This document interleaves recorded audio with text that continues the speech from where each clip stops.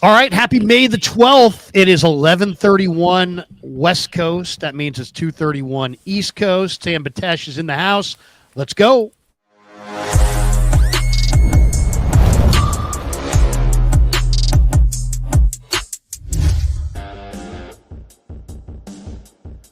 Off and running on the Krug Show on a Monday. Sam Batesh is in the house. We're talking NFL. Fired up to have him here. Of course, we're brought to you by Pig and a Pickle, the best barbecue in all of Northern California. Check them out. They're in Emeryville. They're in Corte Madera. They're open 7 days a week from 11 a.m. till 8 p.m. or until they run out. Go get some brisket chili. Tell them the Krug sent you. And as you can see over Sammy's head, this show is sponsored by LearnKey. Yes. LearnKey's Upskill Academy is an online learning platform designed to get you job ready in 6 months or less. Whether you're interested in IT, cybersecurity, marketing, or another high-demand field, they offer over 30 certification programs to help you take that next step in your professional career. With flexible online learning and industry recognized certifications, you can build the skills employers are looking for, all with the support of a U.S.-based student assistance program. So don't wait to invest in your future. Click the link in the description of this video, in this live stream, and visit upskill.learnkey.com to start today. And thanks to LearnKey Upskill Academy for sponsoring this video or this live stream. And we're with you on a Monday, and we're going to talk a little bit now that the draft has come, free agency has come and gone. We're in the kind of quiet time, and the Niners will have a mini camp. They had a post-draft rookie camp last Thursday, Friday, Saturday. Now they're going to be off until phase 3 of OTAs as far as field work is concerned, but they will return to the field May, I believe, the 27th for OTAs. And at that point, I really believe, guys, that is the deadline for Brock Purdy's contract to get done. How because is it still happening? Well, I mean, Brock doesn't want to miss it. Brock, it's one thing. I mean, he's shown up at the OTAs, and despite the fact he doesn't have a contract, but this would be the first time where it's going to be field work on the OTAs, and I just don't believe that he's not going to be on the field, and I don't think he can be on the field unless that contract is inked. So I'm going to say that I think the deal's done, and that I think the contract is signed on the 27th of May. So roughly 2 weeks from now, I think that contract is signed. I think it's signed just hours before he goes on the field. But I really do believe it will be, that is the deadline. This idea that it's going to go to training camp, nope, because there's no way Brock Purdy's going to allow Mac Jones to lead the team. It's not going to happen. So Brock, the only time Brock has ever had a look on his face of unhappiness is at the end of games when he's not playing. If he's ever not in the game, and it doesn't matter if the team has a big lead or not, he doesn't like to not play because he understands if you're not in there under center taking snaps, there's somebody in there that potentially can be doing it better than you're doing it and take your job. He's very competitive, and I don't believe it, Sammy. I don't believe for a second that he is going to say, you know what, the contract's not quite done, so I'm not going to sign. So, yeah, just let Mac go out there and install the offense on the field for the first time with the team. No, not going to happen. And he understands. Again, Brock Purdy understands this. Brock Purdy got this opportunity based on stepping in for somebody else. And obviously, over time, it proved, and Trey Lance is long gone. But that's how Purdy gets in there, right? Garoppolo unavailable, Lance ineffective and unavailable, and Purdy's in there. I mean, that's what this is. So he's not going to let Mac Jones get a shot. Now, I think there's no excitement about Mac Jones. I don't know how you felt about that. At the time, there was a little bit of excitement, the fact that Mac Jones is the backup quarterback of the Niners. That is an irrelevant story as far as I'm concerned. I mean, who's excited about what the Jaguars did last season? And Mac played well, and Trevor essentially, even though he was probably ready to come back on the field at the end of the season, they decided we're just going to let Mac play this thing out because it's a garbage season going nowhere. But I'm sorry, who's excited about Mac Jones? Well, I mean, I'll say this. I'm excited about Mac Jones. I don't get it. Well, Mac Jones was a Pro Bowler. Okay. Can we please strip away what the term Pro Bowl means? I mean, was Mac Jones a Pro Bowl starter that was Made the Pro Bowl? I understand that, but the Pro Bowl, we look, the Pro Bowl is like an onion, right? I mean, there were just layers, right? I mean, it's just we strip layer after layer, and guys can't make it. Someone else comes in for them. There was a year I remember when was it Lamar's backup ended up starting the Pro Bowl a couple of years ago. I believe Huntley, right? I think Huntley was a Pro Bowler. I mean, I can't get there on Pro Bowl. Here's the thing: to be an upgrade, all you have to do is be better than Josh Dobbs. Okay. In 11 and 14 career starts. Fine, the astronaut. And yes. So he's better than Josh Dobbs. He's better than Brandon Allen. He's a legitimate NFL starting quarterback. Can we talk about who he's not better than? Who? Brock Purdy. Well, no, he's not better than Brock Purdy. Okay. But here's the importance of Mac Jones. Brock Purdy, to me, it's not accidental that Brock Purdy wasn't as good last year. Brock Purdy has to be challenged. Brock Purdy's greatest thing is his competitive fire. That's his greatest attribute. It's not his height, it's not his accuracy, it's not his mobility, it's his competitive fire. He is a great competitor. Well, he wasn't as good last year. Why was that? Well, he didn't really have Sam Darnold there, did he? He didn't have to be better than Sam Darnold to play. He just had to be better than Brandon Allen to play. He just had to be better than Josh Dobbs to play, and those guys aren't good. So there was no real competition. What Mac Jones represents is an NFL caliber guy who can start and play the position, and I think is going to be a major motivator for Brock Purdy. I think Mac Jones is the best addition of the entire offseason for the 49ers because I think he is the guy that guarantees that you get the best out of Brock. And to me, it's not just about get Brock signed. It's about get Brock signed and get the best out of Brock. And getting the best out of Brock means challenging him. And well, then wait. Let me challenge you. Let me challenge you here. Is he more challenged without the contract or with it, right? Is he playing? In other words, the carrot, he needs a carrot, is what you're saying? The carrot would then be the contract, essentially. He's played so well at $5 million. Now you give him 50. Is he less challenged? Or does he feel the weight of being 50 million the way A-Rod once did? I mean, it depends. Some guys, the money motivates some guys, and then the quest for money motivates other guys. So it depends on where he falls in that. He's not going to change because of the money. He's not going to get paid and be like, oh, I'm no longer hungry. I think Brock Purdy is very mentally mature for a young guy. He's more like a 40-year-old very much so that. Very much so that. He's an old soul. He understands, let's keep the main thing. Absolutely. And so I don't think he's going to be impacted in any way by the money coming to him at all. But I think he is going to be impacted by having somebody there who is NFL starter caliber that could take his job. Because now if you throw 3 fourth quarter interceptions in a game, there's a chance that Shanahan goes in a different direction. I don't think he's better. I don't think Mac Jones is better than Brock Purdy, but I think he will motivate Brock Purdy to be the best Brock Purdy Brock can be.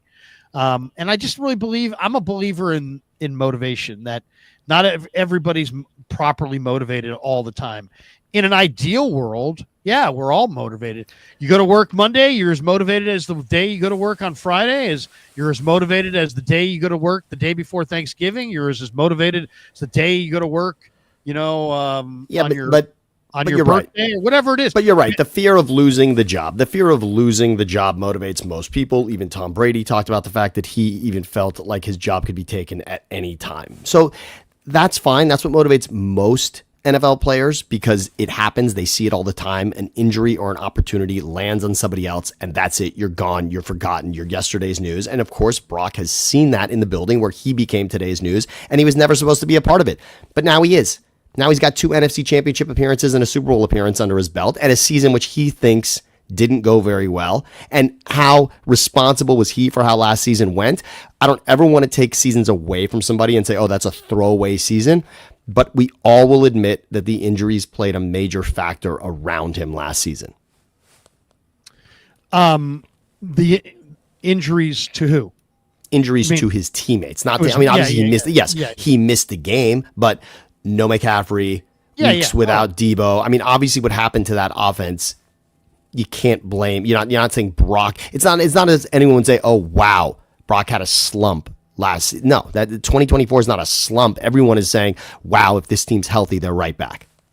Well, I mean, Debo had a slump. Ayuk had an injury. CMC had an injury. I mean, the Niners had a bunch of things go wrong for them last year. And it was just too much adversity to overcome, from, the scheduling to the shortened off season, to the injuries, to the tragedies, player getting shot. Yeah, I mean, exactly. This offseason is definitely going better than the last offseason. It was a bad year. It was a bad year for the 49ers last year. But I do believe that we all are better when we have to fight for our job. And I think he is no different. He'll be better if Mac Jones is there. He'll be better if Curtis Rourke plays good. He'll be better if Tanner Mordecai pushes him. He'll be better if somebody else represents that they can do the job as well, and that Brock's got to play at a certain level to keep that job. Now, if you pay him, some guys change when they get the money.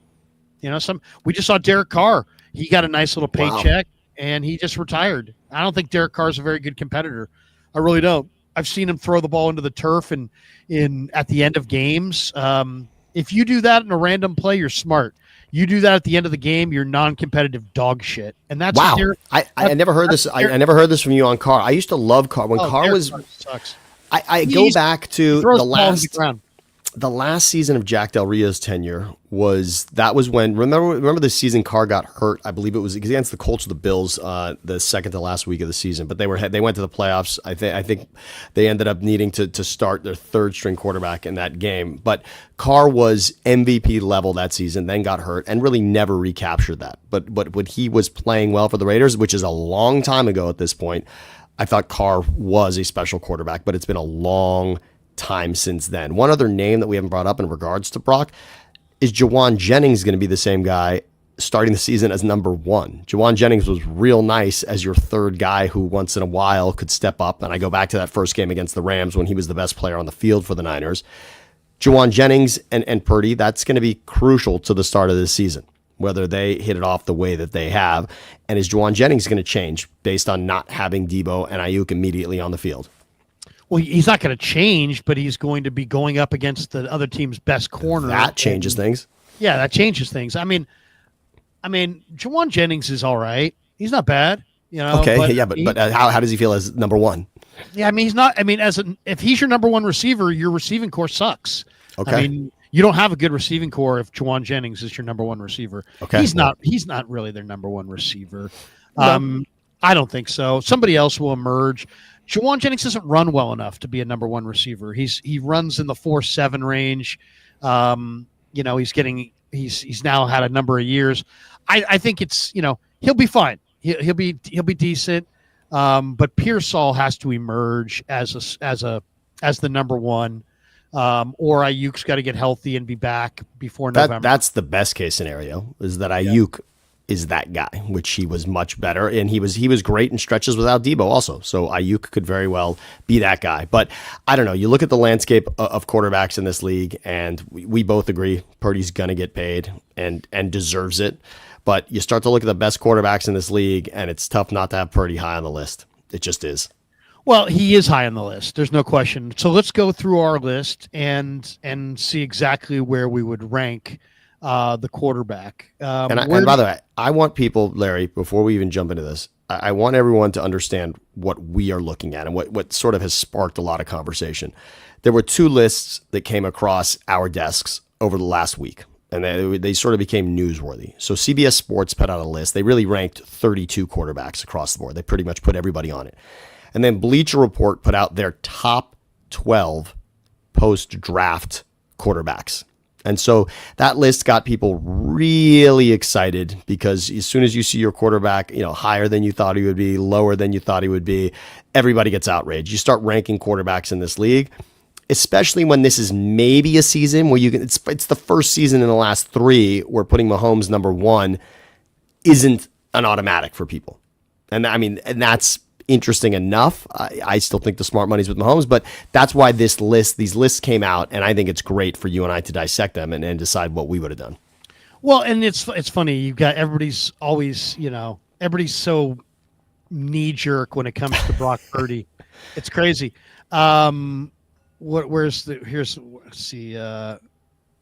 see. Here, we got this one. Mr. Joe. Brock ain't elite. Who said he was, bro? Nobody said he's elite. Can we define that term, Larry? Is elite? Are we saying the best 3 quarterbacks in the league are elite, or the best 5? Even if you say 5, that's okay. I would not put a number on it. I mean, it could be 100. It could be 100. It could be 1. I mean, elite's elite, and it's obviously an exclusive category. Well, the NFL is pretty exclusive, and he starts for one of those teams. I mean, that he's certainly elite. To me, there's 3 elite quarterbacks: Mahomes, Allen, and Burrow. That's it. Everybody else is not elite. You can't call Stafford elite. You can't call Daniels elite. You can't call Purdy elite. You can't call Lamar elite. Lamar has been shitty in the playoffs, and that's where you make your name. So don't tell me Lamar's elite. He's not. He's been shitty in the playoffs. He can't win in the playoffs. If you can't win in the playoffs, you're not elite. Lamar has never won a Super Bowl, and he's not going to win a Super Bowl if he doesn't play better in the playoffs. If you take away the Ravens' rushing attack, the Ravens are a bully team. Yeah, but you can't take away the Ravens' rushing attack. He's part of that also. Kansas City did. Okay, I guess. Okay, you're saying if you can, right? You're saying if you can contain it. I thought you meant take it off for the statistic ledger. Okay, you're saying right. If you can contain it in a game, yes, you're right. If you take away Baltimore's rushing attack in the playoffs, like we've seen, they don't do it. I mean, they're not a good. They don't win. They lose in the playoffs under Lamar. What's Lamar's record in the playoffs? He's like 2-5 in the playoffs. No, it's a little better than that. I believe it's 3-5. I want to give him full credit for that. And if Mark Andrews catches a 2-point conversion, maybe this is a different story. Obviously, you're right. If Brock Purdy and the Niners block the Chiefs' front, then Brock Purdy throws a touchdown at the end. I'm talking about right. I don't like ifs either. I don't like I and F in sports conversations. I think those 2 letters are brutal when you put I and F in there. I only want to remind people that Lamar did not get blown out of the divisional game against Josh Allen. That was very much a heavyweight battle where Lamar threw an elite pass to bring them within a 2-point conversion in that game. We'll go through our list, and you'll see what I think about Lamar. But this is it gets really dicey, and people get really heated. And there's really what I love about this is that Lamar used to be the hot button guy, that people would really be on one side of the fence or the other. The new hot button guy, as far as I'm concerned, Larry, is Brock Purdy. It really is because of the contract. Brock Purdy becomes the new hot button quarterback in this whole list, and we'll see where he falls for you and I. And I just find it fascinating that he becomes that. And think about this. The 2 quarterbacks that got paid before the season last year, you know who they were, Larry? And you're not going to hear either one of them on our list today. But you're talking about Tua and Trevor Lawrence. Those are the guys that got massive contracts heading into the 2024 season, and no one's excited about writing those checks right now. Nobody. No. You're right. Lamar is 3-5 in the playoffs with 7 interceptions in 8 games. He's got 10 touchdowns and 7 interceptions. Now that's passing, right? Is that accounting for total touchdowns? Wait, before we get to our list, can I just say 10 passing touchdowns and 7 interceptions? Okay. That's not great, but can I just say one thing about the way that most people read about quarterbacks? And I'm gonna take this all the way back. I'm gonna go real inside here, Larry. What happens is when a television network is putting together the stats that they're going to show you on a game, they put in really an automated system.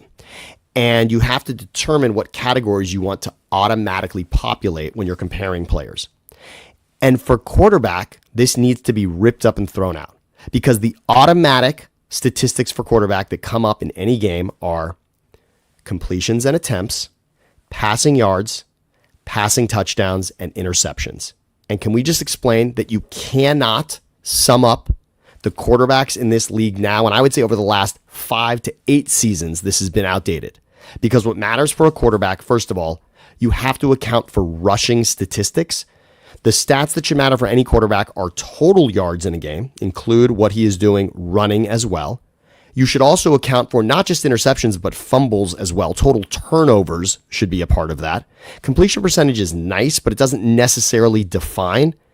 And I think if you're getting sacked too much, that should also play a factor. I mean, that certainly defines what's happening in the offense. But you have to go total yards, total touchdowns, total turnovers. That's what, as a quarterback, you have to protect the ball somewhat. You have to get the ball out, and getting the ball out, you're touching the ball every single play. So if you're running the ball or passing the ball, both of those are important. So that's it. I went through metrics like that, and I just want to remind everybody, especially considering the way the MVP vote went this year. It was basically about Josh Allen and Lamar Jackson. And if you don't account for rushing with either of those two quarterbacks, what are we talking about here? So I just want to remind everyone. The whole thing with Purdy, though, it's like he doesn't get credit for his athleticism because people don't think he's that athletic. He doesn't get, I mean, he does get dinged for his lack of stature.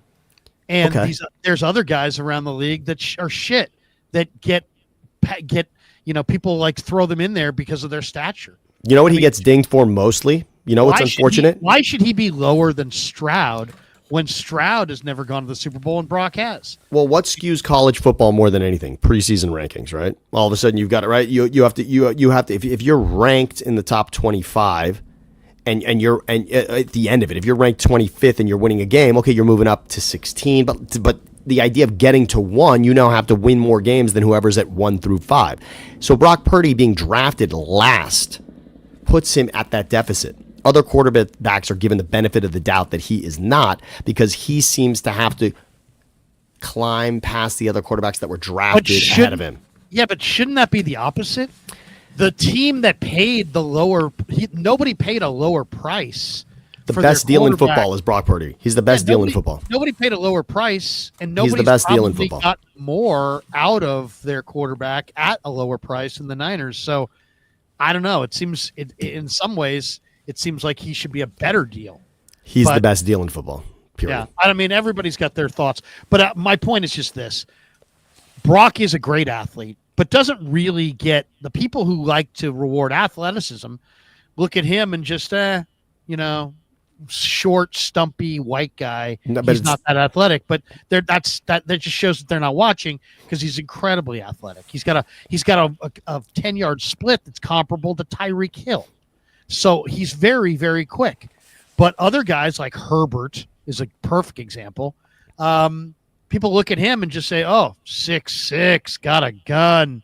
And they automatically put him higher up on the list than he belongs based on how he's played. But I think this comes down to what I'm saying. Kind of a 500 quarterback is what because tangibles for quarterback are obvious when you look at Stafford. They're obvious when you look at Herbert, and they are less obvious when you look at guys like Baker Mayfield or Brock Purdy, or even Jalen. Yeah, I mean that's it. But here's the thing: there are guys that have traits, that have great physical traits, that haven't done it, that people are saying are great, and then there are guys that have even greater physical traits that haven't done it, and that people. So there's like some cutoff there, like.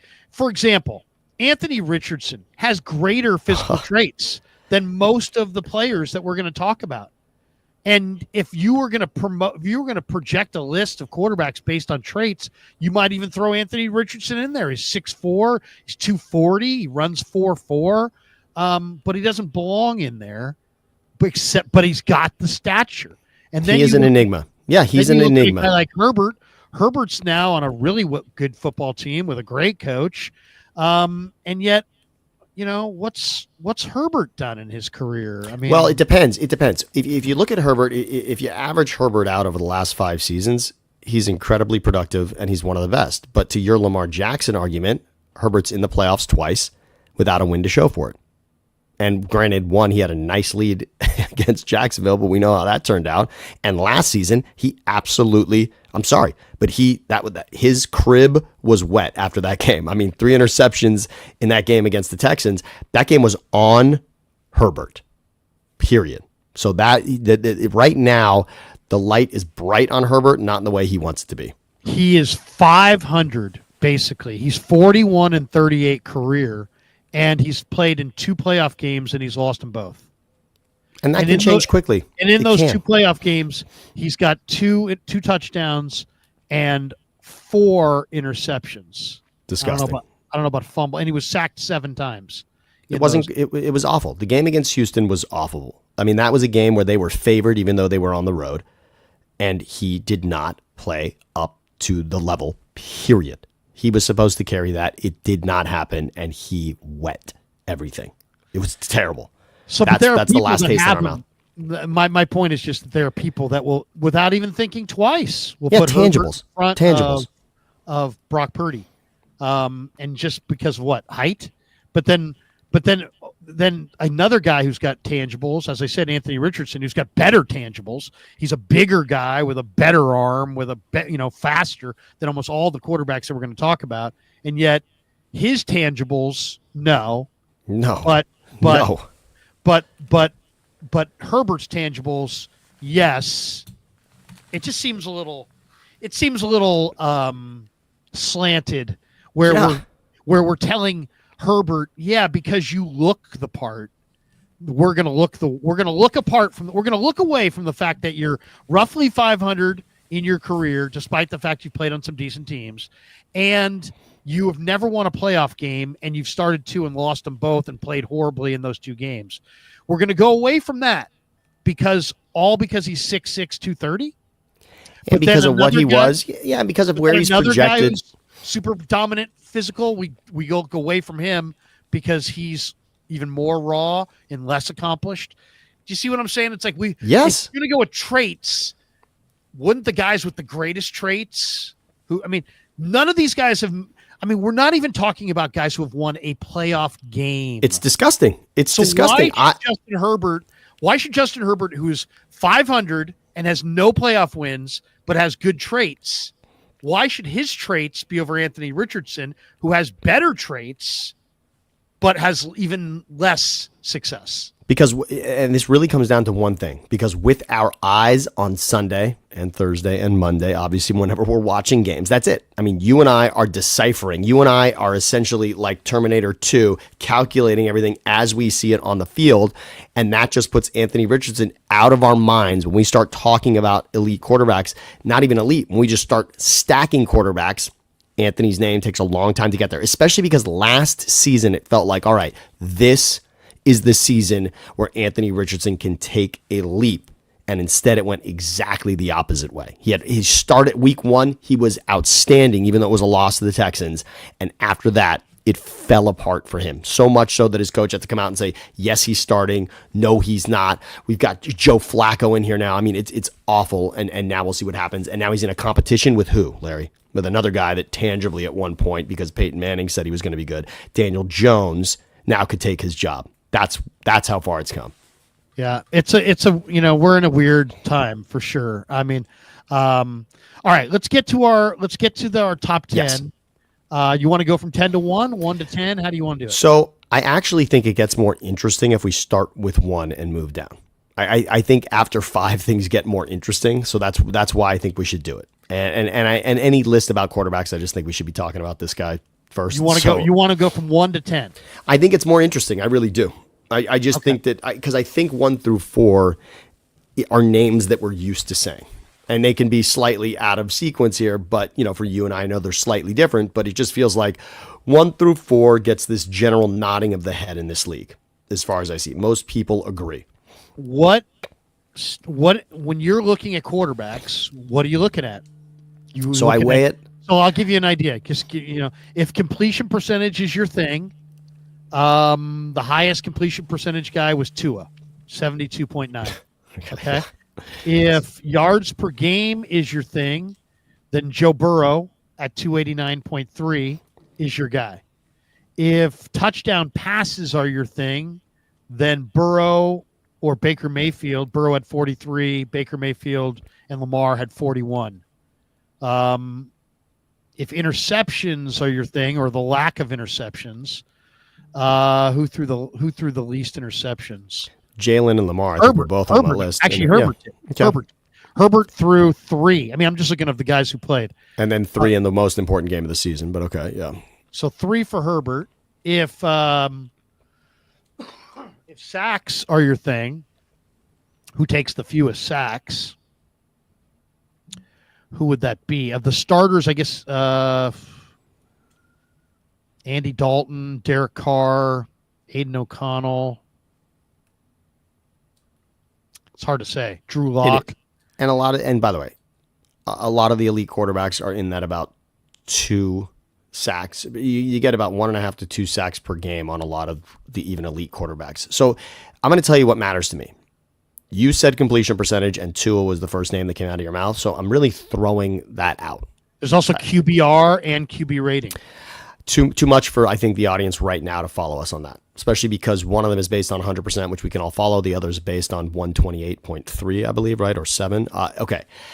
This is clearly what it comes down to, Larry. Total yards per game is what should matter.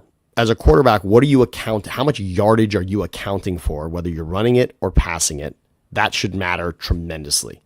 Yards per game. And what I did was I looked at this from the last 5 years, because if we're looking at all these quarterbacks, let's start to look at averages. I understand for Jaden, it's not going to be 5 seasons worth, but averaging out maybe the last 5 seasons, where are these players in regards to total yards per game, total touchdowns per game, and total turnovers per game? That's regular season. And then as a tiebreaker along the way, and actually it skews pretty heavily into what I have here, how many playoff games are you getting your team to?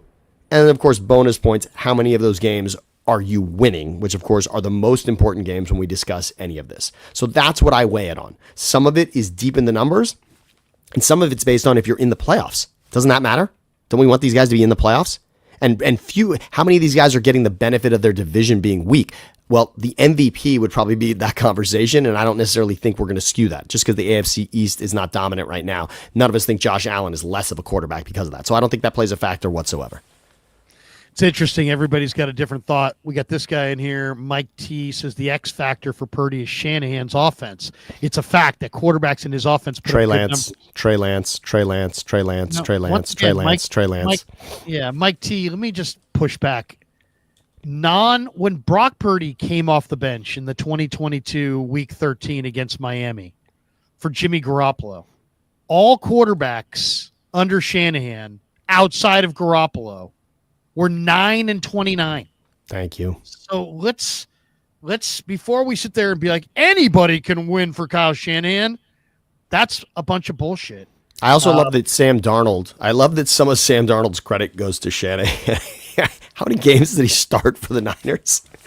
Sam Darnold was there I understand, to wean information, but Sam Darnold did not have this career under Mike Shanahan. He actually had it with the Vikings, not the Niners. So let's eliminate that, please. And of course you met Kyle, but exactly. Yeah. But if you listen to Sam Darnold, it's pretty obvious. Sam Darnold's got a ton out of Brock Purdy. He went to Minnesota and credited Brock Purdy for the changes that he's had in his career as far as preparation. Sam told me at the end of the year, he said, I thought I knew how to prepare when I came to the Niners. And then I saw how Brock prepared, and it's so much more in depth than I ever prepared myself. And so now, he's changed my whole preparation with, the way he prepared. Now I prepare the way he prepares. So, I do think Brock Purdy probably had a huge impact. All right, so let's go right to it. You want to start with number one? Yeah. And here's why. I want to remind everyone. So this feels like such an obvious answer, Larry. And I want you to please get the comments going on this, okay? To say Patrick Mahomes number one, shouldn't that be the most obvious thing you and I say today? Shouldn't that be the most inarguable thing we say all day? Is that Patrick Mahomes should be and is the best quarterback in this league. And let's again explain the parameters. We're just talking about heading into 2025. The best quarterback in this league heading into the 2025 season is Patrick Mahomes. I don't think that should be questioned by anybody, and I'd love to hear the knock on Patrick Mahomes, please. And let's also remind everyone, this is hilarious, Larry. CBS came out the list of their top quarterbacks. They ranked all of them. Mahomes came in 6th. And then Bleacher Report did their top 12, and he came in 4th. Now, I think that is the most irresponsible thing I've ever heard. The fact that he is 6th and 4th on the list of top quarterbacks in this league heading into 2025 should be torn up and thrown away. But let's say it, 6 and 4 on other lists, number 1 on mine, and I can't imagine he's anywhere but 1A or 1B on yours. Oh, come on. This is the bet. This guy is the standard. I mean, it's if you put him 6th on your list fucking sucks. And if you think about this, 4th on the list, your list sucks, and you don't know what you're talking about. Anybody who doesn't have this guy as one has an erroneous list. Let's just exactly. He's a 3-time Super Bowl MVP. Okay, this guy has played in 21 playoff games. He's 17-4 with 46 touchdowns and 10 picks. 21 playoff games, 17 wins. I mean, even just one of those, even if he had 21 playoff appearances and 2 wins, which you can't accrue them, obviously, if you keep losing every season, but that is so much beyond anyone else we're going to speak about that we could really just end this whole conversation right there. Patrick Mahomes is so far and away better than every other quarterback we're going to talk about. And there's 2 ways that I measure this also. Ask every team in the league if they could replace their quarterback right now with Patrick Mahomes, who would say no? And then if the Chiefs could replace their quarterback with anyone in the league currently, who would they do it with? They would replace Mahomes with who to make the Chiefs better? Which quarterback makes the Chiefs better than Patrick Mahomes? I'd love to know that answer right now as well. And there are deep metrics. Do yourself a favor, read what Bleacher Report wrote about Mahomes. Last season, there are a number of categories where Mahomes is below the Mendoza line. I mean, staggering, like stunning numbers where he did not put up elite figures the way he normally does. I'm not throwing that out. It's interesting, but shouldn't we weigh the 21 playoff appearances, 17 wins, and I'm not going to count against him the amount of one possession wins they had in 2024. Larry, isn't that the ultimate separator at this position? Yeah, that's not. Why would that count against him? Right. There was a time in the 80s where you could turn off the Niners with 5 minutes to go in the fourth quarter and the Niners down less than 7, and you could bank that you could tune in later to watch highlights of a 49er victory led by Joe Montana. And the same thing can be said about Patrick Mahomes. We're talking about Lamar's not that bad in the playoffs. He's 3-5. This guy's 17-4. 3-5 versus 17-4.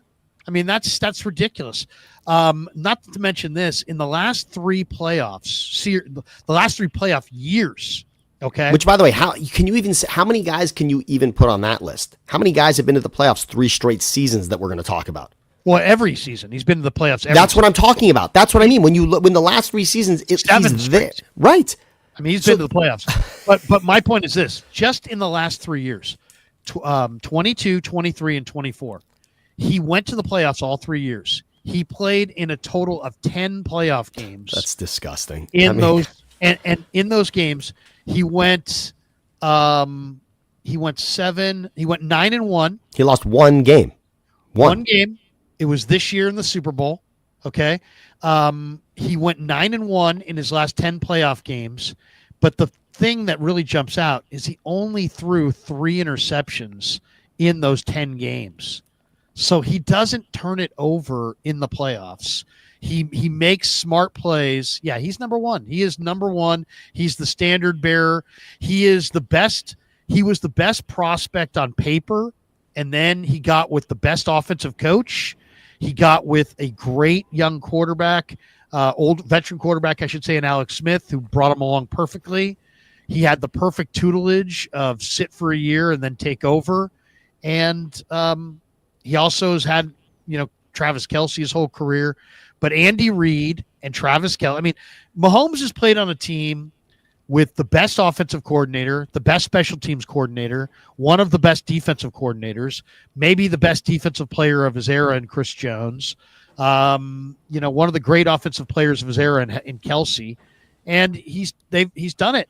He's done it. You can't. But take he's taken anything. full advantage of it. He's taken full 39. advantage of it. He has squeezed everything out of the sponges that you just mentioned, and he has. And unlike wasting the talents of Chris Jones, I mean, you could argue, right? Cleveland's got Myles Garrett. He's pretty special, but they're not going to the Super Bowl every season. So that's the difference of what Mahomes does. He maximizes on those opportunities, and we all admit that if the overtime rules were different, he might even have another Super Bowl appearance. The year that he lost to Brady in the AFC Championship with Gronk and the walk-off from Brady, had he been given the ball again in this ridiculous overtime rule, which I hate, then who knows? Maybe that game would have been in second and third overtime, and he would have won that game as well. But I'd love anyone in the comments who thinks that Mahomes is not number one. I want to hear it. And I know refs is going to come up as well. I think that's absurd also. I think that is about coaching. Anything that comes down to refs and the Chiefs, just look at it. The Chiefs are better coached than your team. That's something else that you can keep in mind. In almost every situation, the Chiefs are more prepared for the situation than your team is. That's just the reality, and that's why the refs can play a factor. Callie Young, Mahomes turned the ball over in both Super Bowls versus us, Larry. What are you talking about? Callie, be a better listener. First of all, that we're talking about the last 3 years. So that first Super Bowl was not right. Exactly. That was not within the last 3 years. In the last 3 years, Mahomes has gone 9-1 in the playoffs, and in those 3 years, he has 18 touchdowns and 3 interceptions. He has 3 total interceptions. He had none in 2022. He had 1 in 23. He had 2 in 24. Now, as far as sacks go, he was sacked 11 times this year in the playoffs.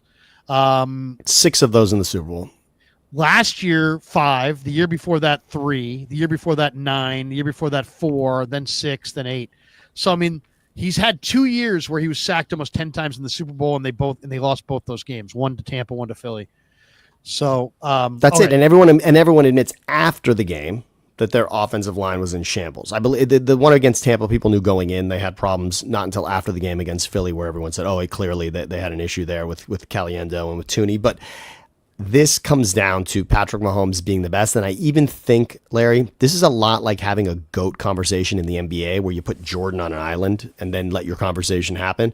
If you're talking about active quarterbacks, Mahomes is in a vacuum on an island by himself, number one. If you're creating tiers of quarterbacks, I think Mahomes is his own tier. I just think this is you can't have this argument. I'm sorry, he's got the head-to-head wins over everybody else, and it just does not.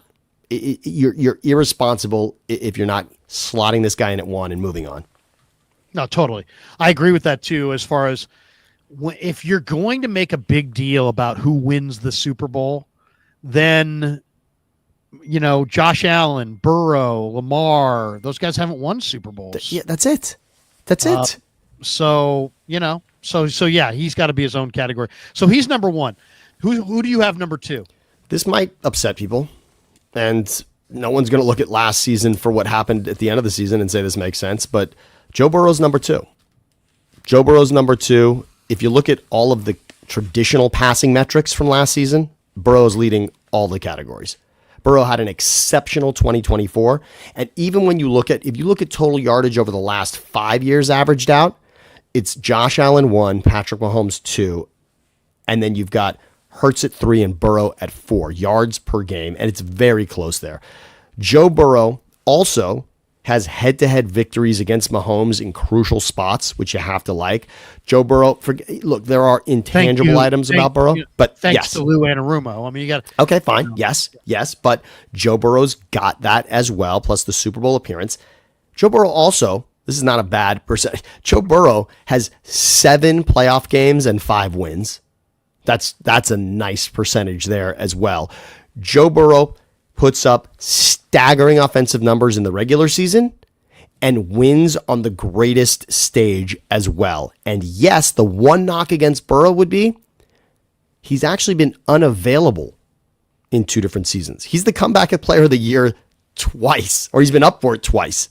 That's not really what you want out of your young franchise quarterback. So that's the one knock against Burrow. I have Burrow at number 2, and there's going to be a lot of argument because of this last season where clearly he's not in the playoffs.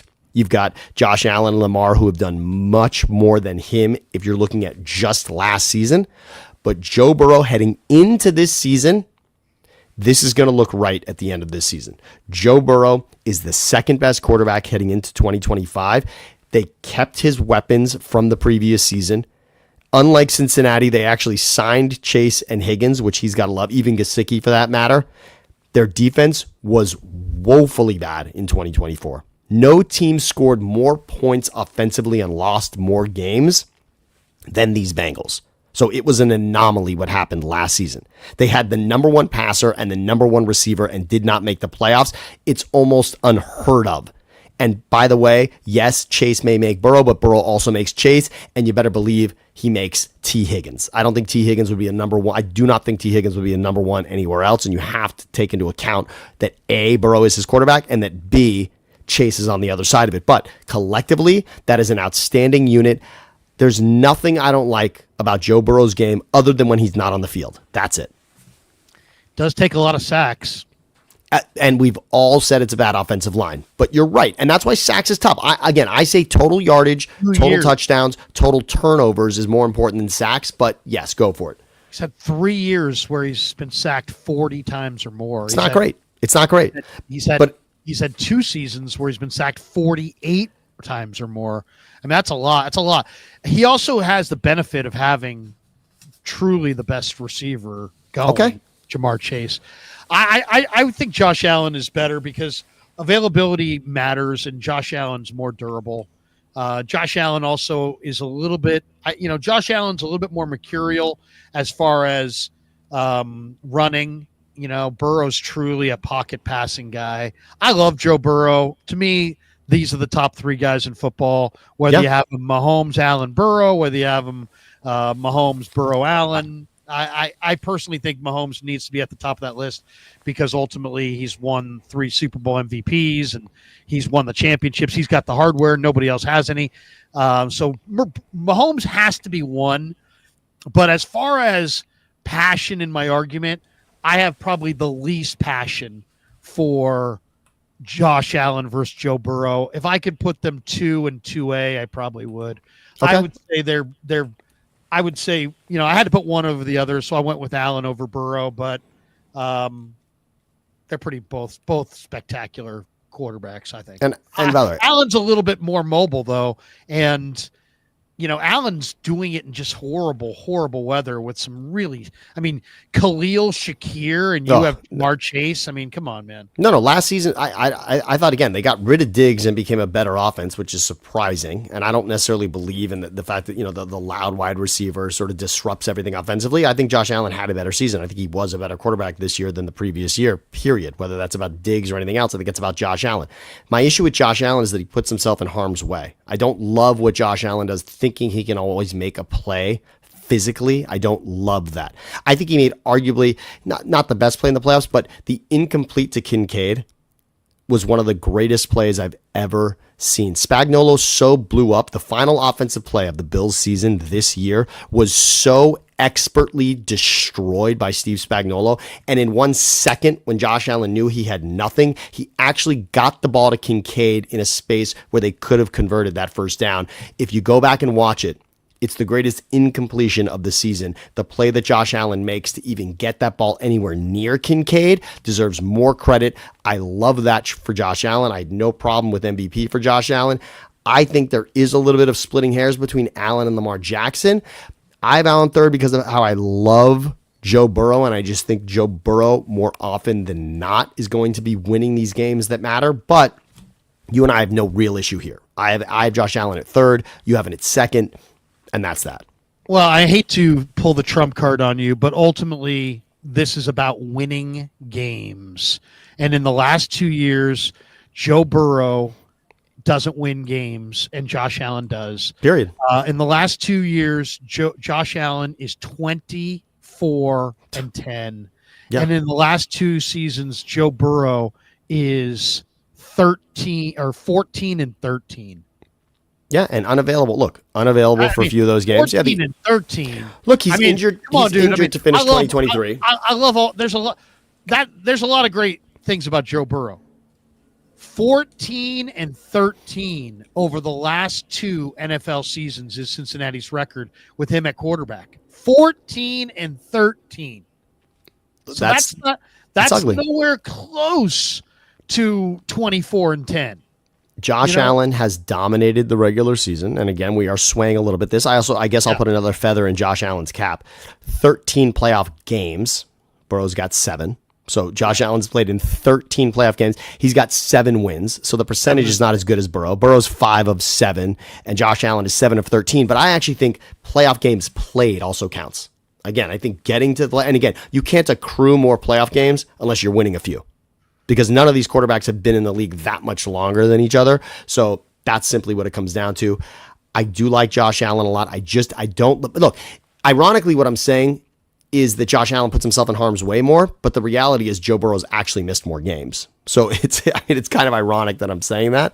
I just don't love that Josh thinks he can do it all the time. I mean, Josh Allen is a little bit more like robo Yes. quarterback, where Burrow is more like if Joe Montana played in 2025. I mean, he reminds me a lot of Joe Montana. He really does, Joe Burrow.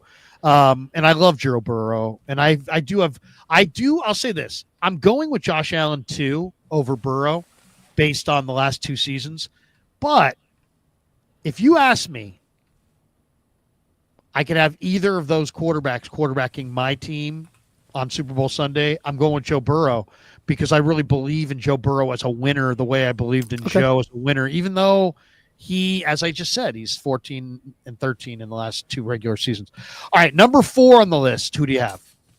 So this is where things get interesting, and I know you're going to want to speak about this as well, but Lamar Jackson, I wouldn't have been upset if Lamar Jackson won MVP this season. Lamar Jackson has the single most impressive athletic play of the season, his second touchdown to Isaiah Likely in the first game against the Bengals this season, where he is eluding a rush, avoiding stepping out of bounds, throwing across his body into the back of the end zone to Isaiah Likely. It's the single most impressive offensive play of the 2024 season. I love everything about it, and it embodies who Lamar Jackson is. He also, at the snap, it wasn't a clean snap. He actually dribbles the ball back to himself, then rolls out, stiff arms a defender who's about to bring him down, and just before stepping out of bounds, delivers the ball perfectly to Likely in the back of the end zone in a game that they had to come back in twice. That is the greatest play. He is capable of that. Any quarterback who is capable of making the single most impressive offensive play of the year belongs in the top 5 on this list, belongs in the top 4 on this list. Lamar Jackson, you could have Lamar Jackson at 2 here. Again, I think the fact that Burrow and Josh Allen both have more playoff victories than him is probably why I have him at 4. But I wouldn't be upset if he was 2 or 3 on anybody's list. Lamar Jackson makes that many plays every single season. He makes plays that other quarterbacks cannot, and he does it both with his arm and with his legs. He does it with both, Larry. He is the most impressive singular player at that position from an athletic standpoint. Nobody can do more in an instant than Lamar Jackson. I love him for that. I will say 8 playoff games played, which again, I'll give him credit for, 3 wins. So of course that's going to include 5 losses, and that's where it doesn't look great, 3 and 5. Winning in the playoffs is hard. And again, remember who he's up against in this. He's playing against Josh Allen. He's playing against Joe Burrow. He's playing against Patrick Mahomes in these games. So someone's got to lose those. And he has been on the wrong side of that more often than not. This would look a lot different if not for his first season in the playoffs, where he lost wild card weekend to the Chargers. I really think if he was 4-4, not 3-5, and I hate using if, but I know that would make a difference here. I really don't fault Lamar entirely for the loss in the divisional round last season, although he threw an interception and lost a fumble. And that matters a lot, and you must take better care of the football in those games, period. He did overcome that and have them within 2 points, and Mark Andrews dropped what could have and should have been a tying. Not that wasn't going to win the game, was only going to tie it, but Lamar is an impressive, he's the most impressive athlete at that position. I love him. And at 4, he's clearly there for me. He could be higher. I wouldn't be upset about that. I can't see him as lower. Quarterbacks in this league, you ask every team if they want Lamar Jackson. There's 2 or 3 maybe that are saying no. Lamar is a great regular season quarterback. There's no question about it. I mean, he's tough, and he's getting better and better as we go. So I think he's going to get there. He's only 28. We think of him as being around for a long time, but he's only 28. He's 12-5 this last year, completed 66%, almost 67%. He's 70-24 in the regular season in his career. Wow. Think about that. Wow. And everyone says it's the toughest division in football, Larry. Everyone says by far it's the toughest division. No, they've I mean, it is a tough division, and he wins and wins and wins, but in the playoffs, that's where you make your name, and he hasn't. And it's all because of Now, if you look at his performances in the playoffs, there's reasons to like year 1, 2018 in the playoffs, completed 48% of his passes. Well, you're not winning. No, I said that game really stings. That was 18. That was 18. Yeah. 2019, 52%. 2020, 64.6%. So it's getting better. 2023, 61%. Little dip. This year, or last year, I should say, he completed almost 74% of his passes in the playoffs. So we're actually starting to see him look a little bit more like the regular season Lamar in the playoffs, but then it comes down to the turnovers, and the turnovers are astronomical. He's got 7 interceptions in the playoffs. He's got 7 fumbles in the playoffs. He's had 2 or more turnovers in almost all of his playoff games. Almost every playoff game he's ever played, he's had 2 turnovers. Gross. So, I mean, that's it right there. You have to take care of the football. You can't be regular season doesn't do it all, but I got to put Lamar in the top 5 because of his regular season, but I also have to put him beneath Mahomes, Allen, and Burrow because of his turnovers in the playoffs. It's okay. I understand. I'm not going to die on a hill for Lamar in regards to that. Those are the knocks against him. He's 4. He's not 1 on this list. He's not even 2. And that's it. I think we nailed it. But I don't think you and I have this. There's a saltiness about Lamar Jackson that I don't understand. I think the last 2 seasons he should have put that away for everyone. There are people out there who just are convinced that Lamar is not at that level. And think about what he and the Ravens did against the Bills. I believe it was week 3 Sunday Night Football, but they annihilated the Bills. And I understand it was regular season, but they and he were so exceptional in that game. I just want to go back. He has had games where he is incredible against Mahomes and Josh Allen, and he beat Joe Burrow twice last season in crucial, critical, down-to-the-wire games, and he found a way to be on the right end of that, and that's why Burrow was not in the playoffs, is because of those 2 games. If one of those goes their way, Burrow's in the playoffs, and he wasn't. So right now I have Mahomes, Allen, Burrow, Lamar, 1, 2, 3, 4. You have Mahomes, Burrow, Allen, Lamar? Yes, and I want to say this, Larry. It's a great point for us to make this. The top 4 in this league, first of all, they're all in the AFC. And I think anyone who's doing a list, if you don't have those 4 in that top 4, you really got to write a thesis paper to me about that. You would really have to go deep inside the numbers to tell me that those 4 aren't the 4 best. I just think week in and week out, if you're watching football every week, those 4 make a difference every game. Every game, those 4 are the story. And if you are putting somebody above those 4, my feeling on it is probably that there's a candidate there that you are projecting that has a small sample size that you're like, oh yeah, but CJ Stroud's going to be amazing, or Jaden, sure, yeah, exactly. Jordan Love's going to be amazing, or Jaden Daniels is he's the next whatever. So if you're putting anybody over Mahomes, Allen, Burrow, and Lamar, I would say it's either based on a projection or it's a small sample size. Yeah, I really want to just reiterate those 4. If you're talking elite or tiers or whatnot, I think there is a line of demarcation there after those 4. Let's hit a couple supers. MSQ says, do you believe in Madden ratings that these players receive? And then he goes on to say, Madden's top 7 is Lamar, Allen, Burrow, Patty Mahomes, Goff, Hurts, and then Purdy. Okay. I mean, I don't hate that, by the way. I see that. I mean, that's first of all, it's got the 4 where we want them, right? It's got those first 4, so that makes sense. I think you're going to get a lot of pushback on Goff being the next guy, although I will eventually argue in his favor. But yeah, Madden. I mean, Madden puts a lot into that. The players care a lot about what those ratings are. But again, you've got your 4 where they should be, so I'm okay with that. I guess that maybe Madden has Lamar high based on his rushing, right? And again, in a video game, he's gonna get you out of more shitty situations than any of the other guys.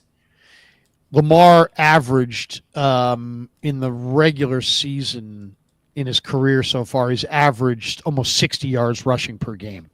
That's some, well, yes. That's pretty high. His high point was 80.4 in 2019. All right, so that's number 1 through 4. Who do you have at number 5?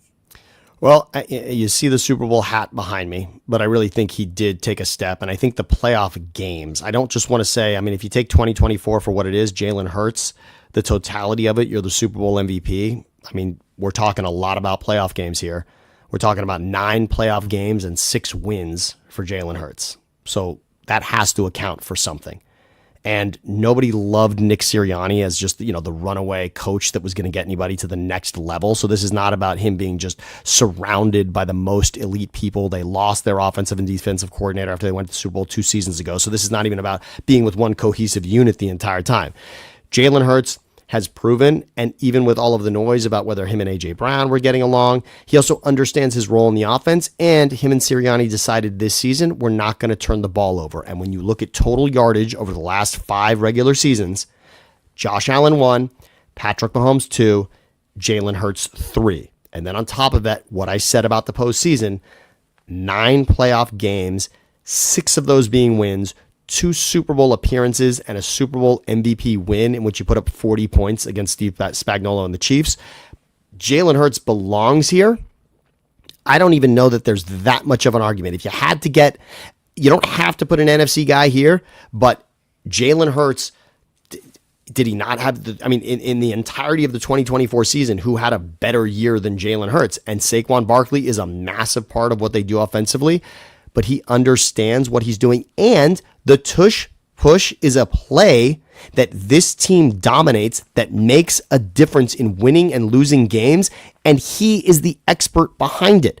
His strength, his ability to convert on that play makes a difference. And remember, when you're comparing quarterbacks, include the rushing yards, include the rushing touchdowns. This is what mattered. He doesn't turn the ball over. He is able to run or pass the ball effectively and it was his greatest rating this season as well from a completion percentage standpoint. This quarterback does what you're supposed to do. He holds on to the ball. He accrues yardage with his arm and with his legs. He scores touchdowns. He puts the team in position to win games. Jalen Hurts is not just a winner. I hate that term. He's not just a winner necessarily. And he's winning at the greatest level of his career in the NFL. I mean, again, remember, yes, he's got a championship in college football, but he was not starting in that championship game. That was Tua's championship and not Jalen's. So he is at his most elite right now in his life. And what he did last season, including a game against the Chiefs, and frankly, over the last 2 seasons, even in the AFC, over the last 2 seasons, Larry, Hurts has beaten Mahomes twice. He's beaten Josh Allen. He's beaten Joe Burrow. And he's beaten Lamar Jackson. So even when you're comparing him against the elite, what did we just say? We just said those 4 are the elite. He has beaten Mahomes twice, including in a Super Bowl, Josh Allen in overtime, Joe Burrow, and Lamar Jackson. He's beaten them all over the last 2 seasons. I like Jalen Hurts, but he was sub 500 in the playoffs coming into this year. How are you going to say coming into this year? Can we account for this year? He won the fucking Super Bowl. I'm just saying, going into this latest playoffs, he was sub 500 in the playoffs. I'm going to count his Super Bowl MVP season, if you don't mind. I'm just saying, coming into this season, he was 2-3 in the playoffs. Okay. He got 4 wins in the playoffs. Now, the same reason I'm not going to put Mahomes down is the same reason I'm not going to super elevate Hurts. I think Hurts clearly was on the best team. And I think they clearly were the best team. He had the best offensive line. He had the best running back. He still has turned the ball over a shit ton. If you look at his interceptions, he's thrown a ton of interceptions. Not last season. Not last season. Not last season, but in his career, the year before, he had 15 interceptions. That's a lot. That's a lot of interceptions. 15 interceptions the year before. He's had 20 interceptions in the last 2 years combined, 26 in the last 3 years combined. So it's like that's kind of a lot. I also think that he has done it with every advantage. I mean, his defense dominated this game. His defense won that game. I mean, I don't see how his defense didn't win that game. His defense totally dominated. And he's operating behind the best offensive line there is. He's got literally 2 years ago, he had 3 Hall of Famers potentially between Kelsey and the tackles on a 5-man offensive line. So I just think that if you're going to sit there and be like, Brock Purdy's offensive line sucks and this and that, okay, well, then you got to account for a little bit of extra from a guy playing behind the best offensive line. And that's what he is. He's playing behind the best offensive line. Taking advantage of your opportunity is important, though, because there are plenty of quarterbacks who waste the opportunity. And I also want to remind everyone, Kellen Moore was not at the top of everyone's offensive coordinator list coming off of what he did in Dallas or with the Chargers. He was not. I'm sorry, Kellen Moore. And he lost the offensive coordinator that took him to the Super Bowl 2 seasons prior. So, yes, he's had certain advantages, but he has not had the most cohesive coaching unit in football. Far from it. No, but he had the best running back and the best offensive line and probably as good a receiving group as there is. You got the Heisman Trophy winner, A.J. Brown, Dallas Goedert. I mean, that is an awesome team that he's on. I mean, let's give Howie Roseman and he's part of it. That he's, he didn't play defensive line, and their defensive line had jailbreak on Mahomes. I mean, their defense, Fangio won them the Super Bowl more than anything, I think. I think Hurts is good, but not great. I don't have him at 5. Do you have him on your? Is he on your list at anyway? Oh yeah, he's on my list. Okay, good. He's not at 5. He's not at 5. Okay. I have Stafford at 5. Oof. Interesting. And I'm not. I didn't spend tons of time. Just my sense of the thing is that Stafford probably belongs there, based on what he's been able to accomplish in his career. I don't know where you're at on Stafford, but I think Stafford. I put Stafford there. Stafford's not in my top 10, and I think the Rams were ready to move on from Matt Stafford. The Rams were ready. They were in the middle of the season. They weren't convinced Stafford was going to get him where he needed to go, and they let him talk to other teams at the end of the season. That shows you his own team thinks we've maybe gotten the best that we've had out of Stafford. Certainly what happened in that first season, winning the Super Bowl, unbelievable. He still is. He is elite at the end of games. He is, although he had an opportunity to beat the Eagles late in the divisional game and did not. He also got smoked by the Eagles twice in this season. But Matt Stafford is someone you'd love at quarterback. I just don't think heading into 2025 that Stafford's at the level of these other quarterbacks that we're going to have on this list. I think Stafford is 11 for me. I just don't have him in the top 10. And I know that the Rams would have found a way without Stafford to be incredibly competitive this season. And they also tried to draft Jackson Dart and just didn't get him. They got superseded by the Giants. But I think Stafford is more of, and there's got to be a little bit of bias on you, that Stafford, obviously what he's done in the NFC West is impressive. I mean, Stafford has played so well when it comes to divisional games, when it comes to being competitive against the Niners, etc. Yes, Stafford is right there. But I don't think in the totality of it that Stafford has done it. And had he beaten the Eagles, yes, in that divisional game, unbelievable, but it didn't happen. And you could argue that his playoff win this season was on the backs of his defensive line. They sacked Darnold 9 times. So that was more about them than it was about. Here's the question.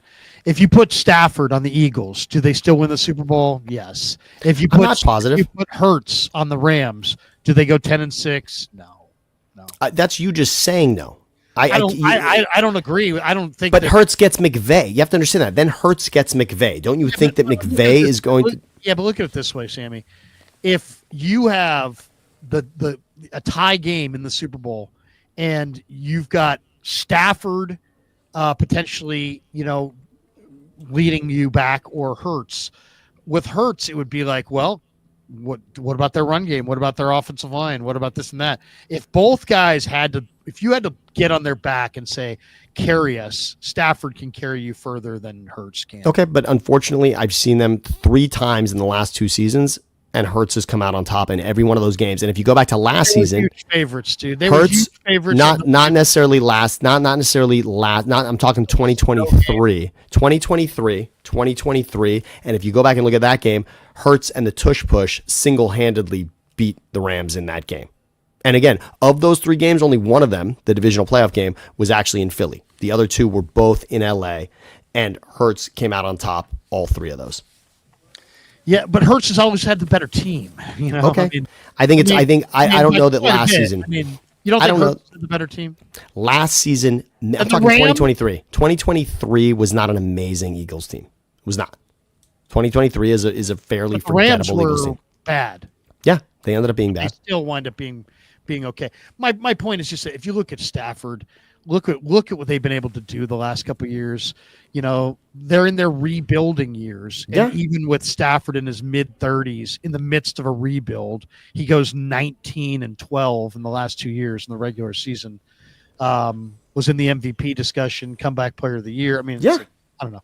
I got Stafford. I got Stafford at number 4, or at number 5. At number 6, who are you going with? Oh, this is great. You're going to love this. Bay Area kid, ultimately. But Jared Goff. Look at the numbers on Goff. Last 2 seasons, really. But from a completion percentage standpoint, I know I said I didn't love it for Tua, but Jared Goff had 2 games where he was absolutely perfect last season. One where he was perfect, just completion and attempts. Another where he was just perfect from a, not QBR, but passer rating. He had a game where he was perfect as well. That Monday night game against Seattle is one of the greatest surgical performances by a quarterback that I've ever seen. Jared Goff is also surrounded by incredible talent, but Goff also has 9 playoff games that he's appeared in, 4 wins, and a Super Bowl appearance. Had the Niners had them in position to go to the Super Bowl, of course, against the Niners in that NFC Championship 2 seasons ago. Last season was awful against Washington in the divisional round, but Jared Goff, over the totality of the last 5 seasons, Jared Goff has put 2 different teams in position to win, and win on a major level. The knock against him, of course, is that the Rams got rid of him and upgraded with Stafford and won the Super Bowl. That is the biggest knock against Jared Goff. He has not gotten the Lions back to that point. It will take that. He will have to win a Super Bowl with Detroit to wipe that off the ledger. Now, I will say this much. Yes, Stafford came in and won the Super Bowl where Goff could not. However, Stafford could also not win a playoff game with the Lions. And Goff has done that twice, including one against Stafford. So we got to give Goff a little credit there. And what he does in spreading the ball around in a complex offense, and maybe Ben Johnson's a little piece of that this year, but what I saw from Jared Goff this season, and what I remember about Jared Goff in the 2018 season, Jared Goff is on this list. I have him firmly and comfortably at number 6. I mean, I think he showed in the Commander game what he is. I mean, he had 4 turnovers in that game. He had 3 interceptions and a fumble. You see what happens when you speed him up. They literally surrounded him with the greatest collection of talent that there is in the league. Well, you can't get out to the Eagles and the Lions, so it's one of the 2. But I mean, Jahmyr Gibbs and Montgomery and Jameson Williams and Amon-Ra and Laporta and the best offensive line. He had everything that he possibly could want. He got a home game in the playoffs against a rookie quarterback, and he came out and was ass. He is not a premier quarterback. He's nowhere near a premier quarterback because he cannot move. He cannot throw on the move. And if you make him move off the spot, it's game fucking over. So I love Jared Goff as a guy. I think he's a good guy. He's a Giants fan. He's a Marin kid who went to Marin Catholic. I thought what McVay did to him was just wrong. He threw him off. He threw him overboard instead of coaching him up. It's like, dude, your job's to coach. You couldn't coach this guy up. But that alone, so what? That doesn't. I'm not putting Jared Goff in the. For me, Jared Goff's not even in the top 10. Interesting. He literally, you're crediting a guy for keeping his Bentley in the middle of the road. There is not a team. There's not a team in football. Mahomes, not the Eagles, not the Niners, not the Bills. There is no team. There's no quarterback in football that is surrounded by the kind of talent that Detroit has surrounded Jared Goff with. They're literally, I mean, you could argue if they gave an all-pro for an offensive line, the Lions' offensive line would get the all-pro award. So their offensive line's the best. Their receiving tight end is as good as any. Their Amon-Ra is an amazing route runner. Jameson Williams, a home run hitter. They got two phenomenal running backs. I just think Detroit's greatness was about personnel and not Jared Goff. Well, so I don't have Jared Goff in the top 10. So I have Goff at 6. So who do you have at 6 then? I'm going with Jaden Daniels. I'm going with the guy who beat him in the playoffs. Okay. Interesting. Jaden Daniels. Jaden Daniels is really, really young player, and there's a lot of development coming here. But the composure that this guy shows, the brain that this guy shows, the poise under pressure, the way this guy is just a slow breather. He's just so calm. The mobility, the touch. We'll see as time goes on, right? Because once you start getting hit and things, but they just added, Connerly in the offensive line. They gave him a left tackle. I don't know if it's beginner's luck or if this kid's that good, but all I have to go on is what I've seen, and I got Jaden Daniels. There's no doubt. I think every NFL head coach in the entire league, if we're given the choice, you can have Jaden Daniels or Jared Goff. They are all taking Jaden Daniels. Again, I'm saying heading into the 20, I'm not trying to project 10 years. I'm just saying I'm going into next season, and that's why I like Goff. I have Jaden down 2 spots from you, which is interesting. You're going to hate who I have at 7, I think. But Jaden, I love. The knock on Jaden is that it's one season. That's it. I mean, look, 3 playoff games and 2 wins. But that can't be a knock, dude. It's not. No, that's the only thing. I would just say I'm not giving him an incomplete. He's got an A for this season without question.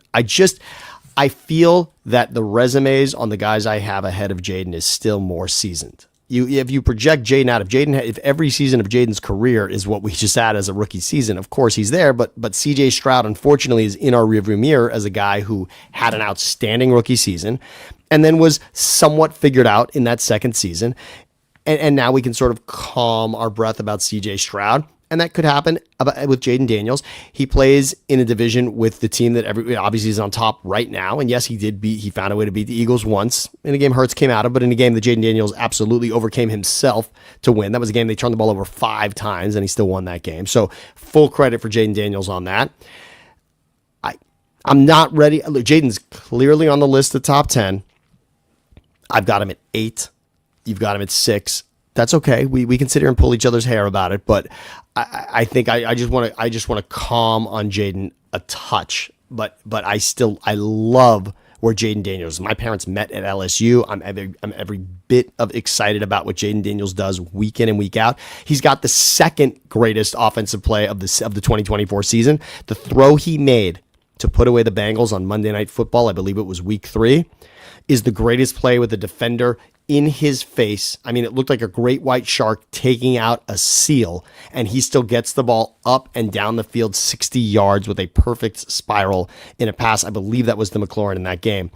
Unreal. Go check it out if you haven't. That is such a special play, and he made it, so I love him for that, but I've got him at 8, not at 6.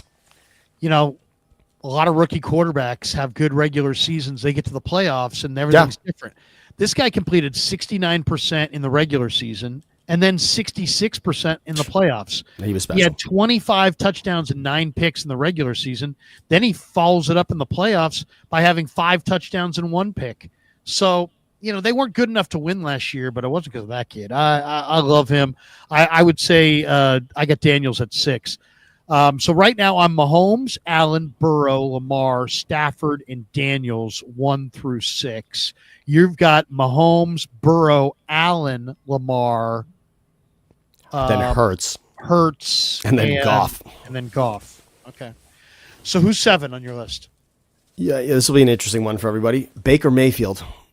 Baker Mayfield is an elite competitor in this league, resurrected his career, and you have to take what Baker Mayfield did in Cleveland, which is incredibly impressive, the playoff win against Pittsburgh in 2020, to be drafted number 1 overall the way that he was, which stunned everybody, and then to now find himself with a new organization 2 seasons in a row getting Tampa into the playoffs. He won a playoff game last season and then played an outstanding game against the Lions and lost in 2 seasons ago. And then this season got beat by Jaden Daniels. I can understand that. But what Baker Mayfield does more with less than the quarterbacks on this list. And Baker Mayfield has the 3rd most impressive offensive play that I saw all season when he absolutely escorts Nick Bosa out of bounds to complete a 4th down pass to keep that game going and get it into overtime against the Niners. You remember that play, Larry. That was, I'm sorry, I don't think I've seen a more impressive physical play by a quarterback in my life,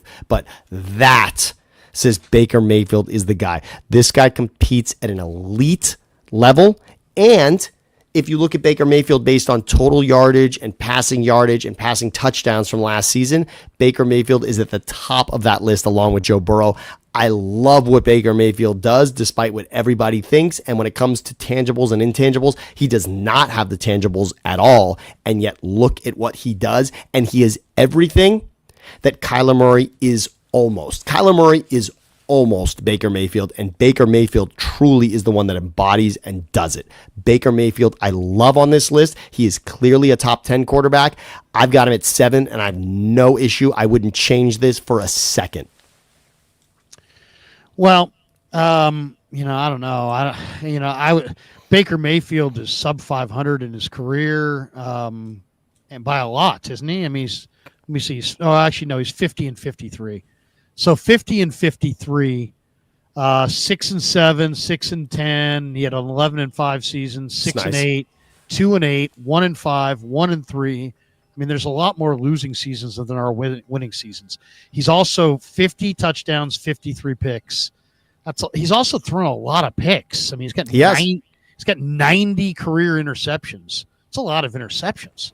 So I like Baker Mayfield. He's a gamer. I don't hate it. I don't hate it. I don't love it. I mean, he's played in 5 playoff games in his career. He's 2 and 3. Yeah. With what, he's done. But let's remember also 12 touchdowns though in those playoff games. Exactly. And think about the losses. He lost an incredibly close game to Kansas City in the divisional round in 2020. He lost in Detroit last season, so no one's knocking him about that. And then he loses a walk-off field goal from the Commanders this last season. So his 3 playoff losses, you're not going to say, wow, what happened to Baker? And his wins have been impressive. He beat Pittsburgh in 2020 in the playoffs, and he beat the shit out of the Eagles 2 years in the playoffs. I mean, he destroyed the Eagles. He put the Eagles out of their misery 2 seasons ago. He was great, and he was great again against the Eagles. The Eagles lost 3 games this season. One of them was to Baker Mayfield, and it wasn't even close. All right, it's Baker's coming off a good year. That's not the worst. If you were going off QBR, Baker Mayfield is down the list. Let's see, where is he? Baker Mayfield is 13th in QBR. Sure. 13th in QBR. In rating, Baker Mayfield was 106.8. And that looks like that's pretty good, actually. That's let's see, 1, 2, 3. That's like 4. So he's got a good rating for sure. I went with Brock Purdy at 7. Okay, I like that. I mean, I look, you and I both like Brock a lot, so I'm not going to cry Brock about Purdy's won a whole lot more. One guy's sub 500, the other guy's 23 and 13. One guy's been to the Super Bowl, the other guy hasn't. One guy's won, basically won pretty consistently since he's been a pro. The other guys lost more years than not. I mean, the one thing about Baker Mayfield that it's like how much he has improved for sure. But I mean, you're talking about 1, 2, 3, 4, 5, 6 sub 500 seasons in his career. That's a lot. I'm again heading into 2025.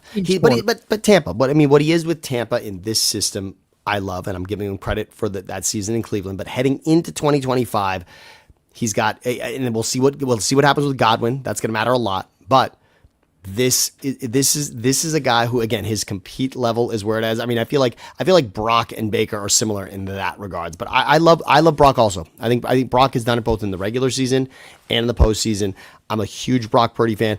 I have Brock at 9. So again, he's on my list clearly. I love Brock Purdy. And by the way, when we look at the lists that came out from CBS and from Bleacher Report, the only guys that both lists agreed on were Burrow, who was 3rd on both lists, and Purdy, who was 10th on both lists.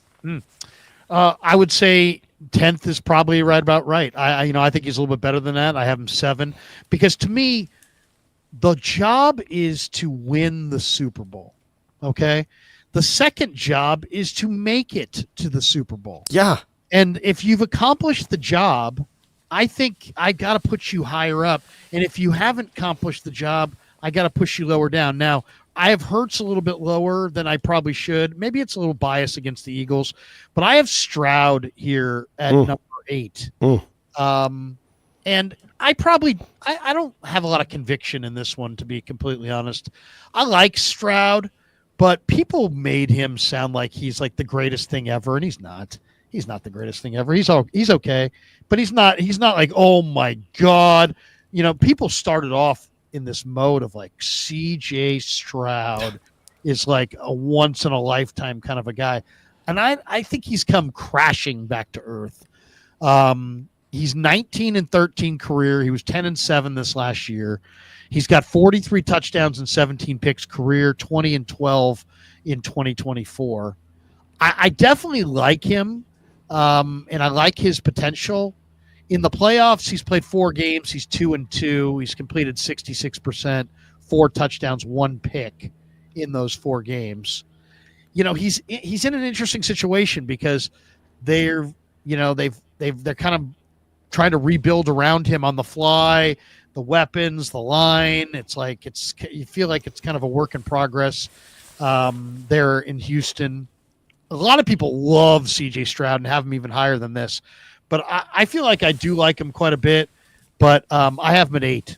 Well, it's interesting. Stroud was also on both of these lists, and he was 13th according to CBS, 9th according to Bleacher Report, and some of these guys were not even on both lists, so it's good to see. Stroud people like, and they like the upside significantly with Stroud. I mean, that's what it comes down to. They like the idea that in the future he's going to recapture what he did his rookie season.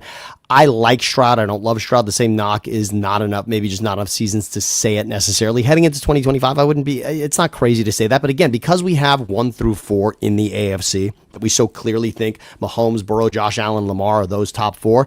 Is CJ breaking that mold? He's not. He's not breaking. He's not ahead of one of those 4. So I just don't have Stroud on my list. There's a few guys I like ahead of it. I have a major bias against the guy that's 10th on my list, and I'll explain that to you in a little bit. But I do not have Stroud on this list whatsoever. Really? So who do you have at 8? So at 8, I've got Jaden, which is okay. So we both, like splitting hairs there. You have him at 6, I have an 8. That's fine. I've Purdy at 9th, and now let's get down to 10th. I think is interesting because I want to know who you have at 10, and I'll tell you right now. I've Hurts at 9. Okay. At 9, and I have Jordan Love at 10. Interesting. And I don't love Jordan Love. Yeah. But I do think there's something going on between Jordan Love and. You've got this theory. This is interesting because LaFleur has had some eye rolls on the sideline, and Love has had some eye rolls on the sideline. I watch a lot of Green Bay football. I don't see them talking, and maybe they're only talking the headset. Maybe they don't talk on the sideline. But I can't remember seeing a head coach and a quarterback converse less than I can remember seeing Green Bay's head coach and Green Bay's quarterback converse. He just seems like He's athletically gifted. He's very talented. There's some aspects of Jordan Love's game that remind me so much of Brett Favre, in that excuse me, he gets to the top of his drop and he starts to kind of drift backwards. So, because he knows he's got plenty of arm, and so he gets to a top of his drop, and then he's like, I want to keep my shoulders squared. I want to keep my eyes downfield, and I'm just going to keep drifting. And then I've got a good enough arm. I can throw it wherever I want. But what happens is then you're throwing it off your back foot, and you start Favre was a little bit of a riverboat gambler. There's some mistakes that came with him. And I see a lot of those same mistakes with Jordan Love. So I love what you just said. I love what you just said about Love. This is the reason I don't have him in my top 10 is for what you just said. And if you look, there's a play he made against the Rams this past season. It is exactly what you're talking about, Larry. From his own end zone, he tries to make that play, and it turns into the easiest pick six you'll ever see because it's run in from basically the 2-yard line. I mean, I don't know what he's to not understand what's happening in the game and to realize that from the back of his own end zone he's trying to make this play. It is so obscene that he tries. They end up winning that game, but I don't love Jordan Love for the same reason. And I see it in spurts with Jordan Love. I don't see it in the totality of what he's done so far. Again, 2 seasons ago, what he did to the Cowboys and what he almost did against the Niners, those are the 2 feathers in his cap. I just think Love is just outside of the top 10 for me. I don't have it. You're not going to love who I have at 10, but I don't have Jordan Love at 10. I just think that with Green Bay, he's always, he's going to have a shot. He's only 26. It's a really good organization. My big downside on him, he's only played in 3 playoff games. He's 1-2. He's got 5 interceptions. That's a lot of interceptions in the playoffs. Yeah. And he's only been sacked twice. So it's not like it's just jailbreak on him. I think he puts the ball in harm's way. He lost Green Bay the playoff game in against the Niners the year before with that late pick in the middle of the field to Greenlaw. So I like Jordan Love, and I gotta have him in the top 10 because I think he's got enough physical potential where he could make me look really bad by having him 10. So I'm kind of gambling on a little bit of the upside of Jordan Love. So I have him at 10, but I think the arrow, it's really not on what he's done. It's more about what he potentially can do going forward. They've got great weapons there. They just added Matthew Golden. They've got runners. They've got a lot. Do we lose Sammy? Excuse me. We lost Sammy somehow. We'll get him, see if we can get him back on here. Hopefully I did not execute him and hit the wrong button. Let me play a couple of these, or let me hit a couple of these supers that we've yet to get to. We got that one. MSQ says, imagine Purdy and Hurts swapped O-lines. What would be your thoughts on that? That would be interesting. I mean, yeah, I personally think that if Brock Purdy swapped O-lines, we lost you, Sammy. That's all right. I'm here. I'm here, Larry. I'm here. I would never leave this. Did I do that to you? No. That might have been something over here on this end. We're good. We're good to go, dude. I thought I hit eject. No. I was just reading some of these. Yes. MSQ says, imagine Purdy and Hurts swapped O-lines. Thoughts? I personally think that Brock Purdy is Jalen Hurts. Jalen Hurts is Brock Purdy. I made this point a year ago or 2 years ago when the Niners were playing the Eagles in the playoffs, and I went through every possible thing you could compare, from hand size to height, weight, arm length, all of the measurables from the combine. And then the immeasurables, his personality. They're both very deeply religious guys. They wear their faith on their shoulder. They're both very mature.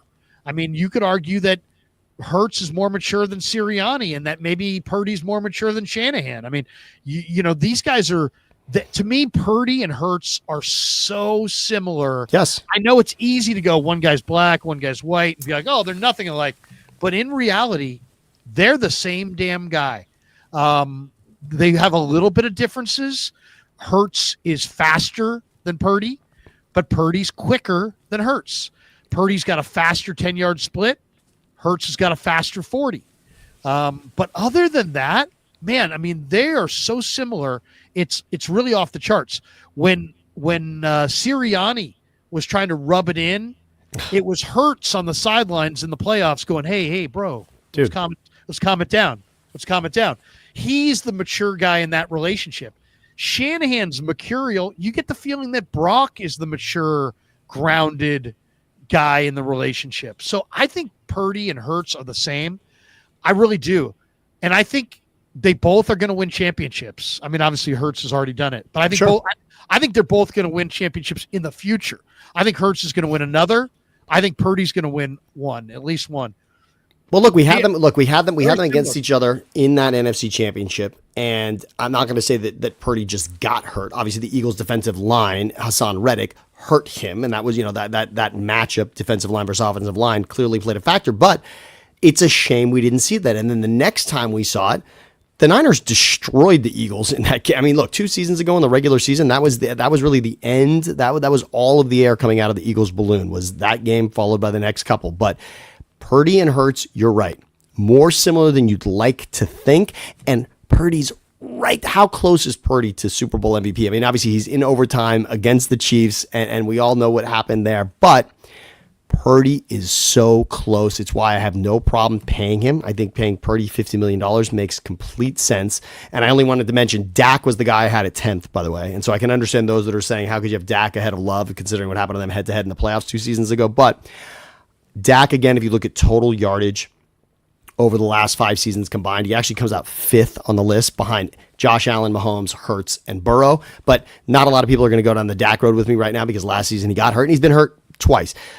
Purdy, if you're looking at the NFC, if you're stacking quarterbacks in the NFC, man, it is easy to have Purdy at 2 or 3. I mean, you could really put Purdy at 2 or 3. And he, for sure he's top 5 in the NFC. For sure he's top 5 in the NFC, Purdy. So I just don't see an argument against him. I'm sorry, I don't. He's done it in the regular season. He's done it in the playoffs. I just don't know what more you're looking for from Purdy. He's not going to play like Lamar Jackson, and maybe you're right.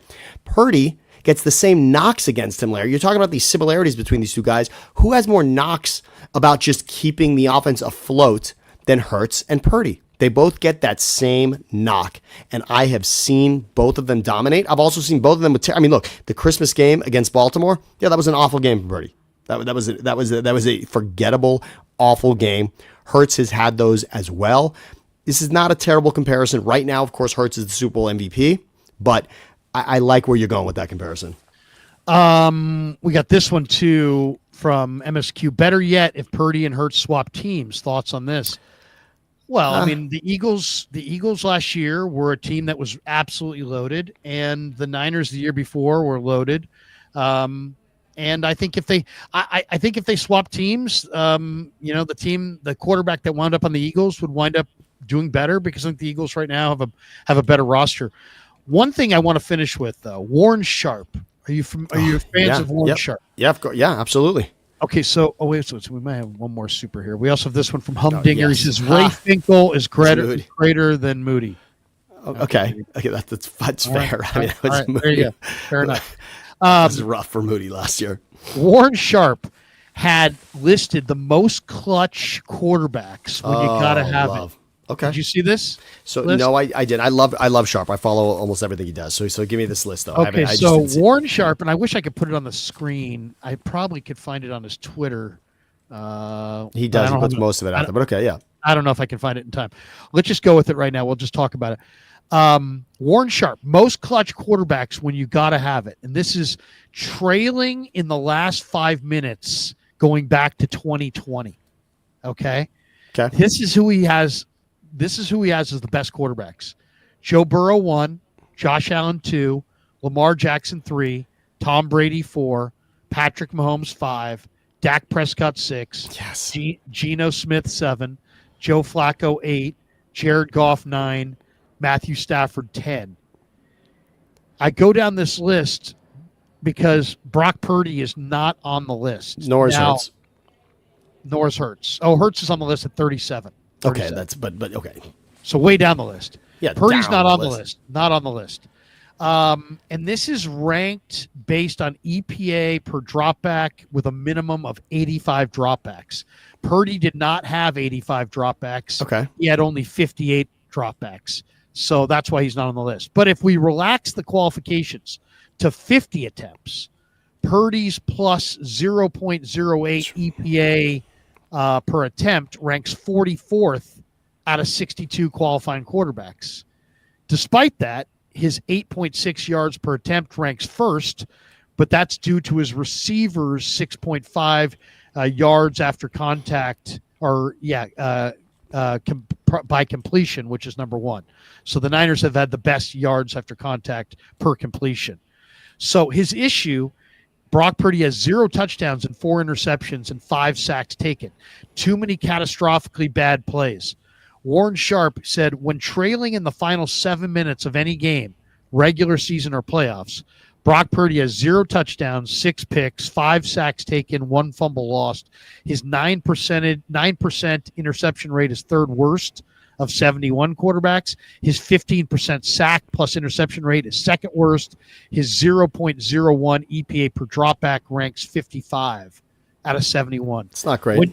When you hear those stats, I mean, once again, we're talking about a small sample size. We're talking about trailing in the last 5 minutes since 2020. And as you can tell, Brock Purdy only had 58 total attempts in this scenario. So that's kind of a small sample size. Yeah, but look, obviously his team has been in position to win more games than not, and we're not. I don't want to knock everybody for being on a good team. You got to be a part of a good team. That's what happens when you're comparing the best quarterbacks in the world. Brock Purdy has not been in that situation enough to say it. Stafford's been in it more than anyone, and he's come out on the positive end of that. It spoke well to a few guys we talked about. It spoke well to Goff. It spoke well to Stafford, 2 guys that you and I were kind of on opposite ends about. Purdy is going to have more of those situations, and in the playoffs, those are the situations that end up making the difference. There are going to be games where you have to do that. But you said Mahomes only came out as 5th on that list. Yep. I would have thought he was 2nd or 1st. And I think Burrow, you said, was Burrow top on that list? 2nd, or maybe Burrow was 2nd. Burrow was number 1 on the list. Yeah. It was Josh Allen 2, Lamar 3, Brady 4, Mahomes was 5. Okay. I mean, again, I have no problem with that top 5. But again, when we talk, just please remember that we said those 4 are just unflappable. Mahomes, Burrow, Allen, Lamar should be 1 through 4 in some order, no matter what. And that stays true. Brady's the only other guy in the top 5 there. So that's fine. Yeah, that hurts the Purdy argument, Larry. And let's just say this before we go. Are you comfortable with Brock Purdy making $50 million? Yes, absolutely. Okay. I'm with you. And I'm with you on that. And the other thing about it is, I want to see, like, an interception is not an interception. You have to watch the games. Very true. Derek Carr, in my opinion, would have been a better quarterback if he had thrown more interceptions because he is a non-competitive guy who threw the ball away in crucial situations. Brock Purdy is a competitor. He is going to take a chance down the field with the game on the line. And if that and when he's trailing, he's going to even take more chances. So I obviously there's been some negative plays. A lot of that's Brock trying to make it happen behind a bad line with weapons that are hurt, and it didn't happen. And so he's had some hugely negative plays. He's got to minimize those plays, but that's about trying to make it happen in the moment.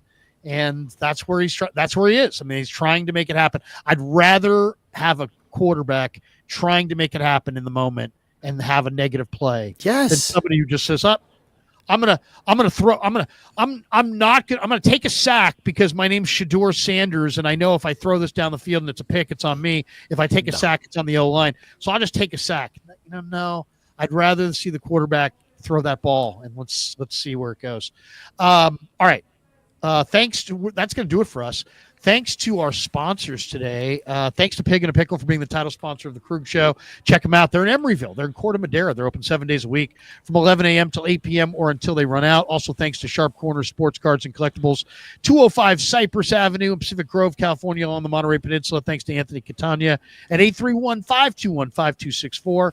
And we should tell you the show is sponsored by LearnKeys Upskill Academy, an online learning platform designed to get you job ready in 6 months or less. Whether you're interested in IT, cybersecurity, could be any number of fields. They offer 30 certification programs to help you take that next step in your professional career. The link is in the description below for all of our sponsors, and thanks to all of them for proudly sponsoring the Krug Show.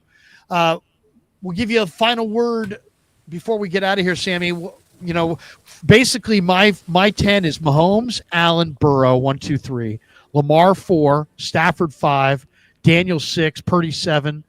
I went with CJ Stroud 8, Hurts 9, Jordan Love 10. You went Mahomes, Burrow, Allen, Lamar.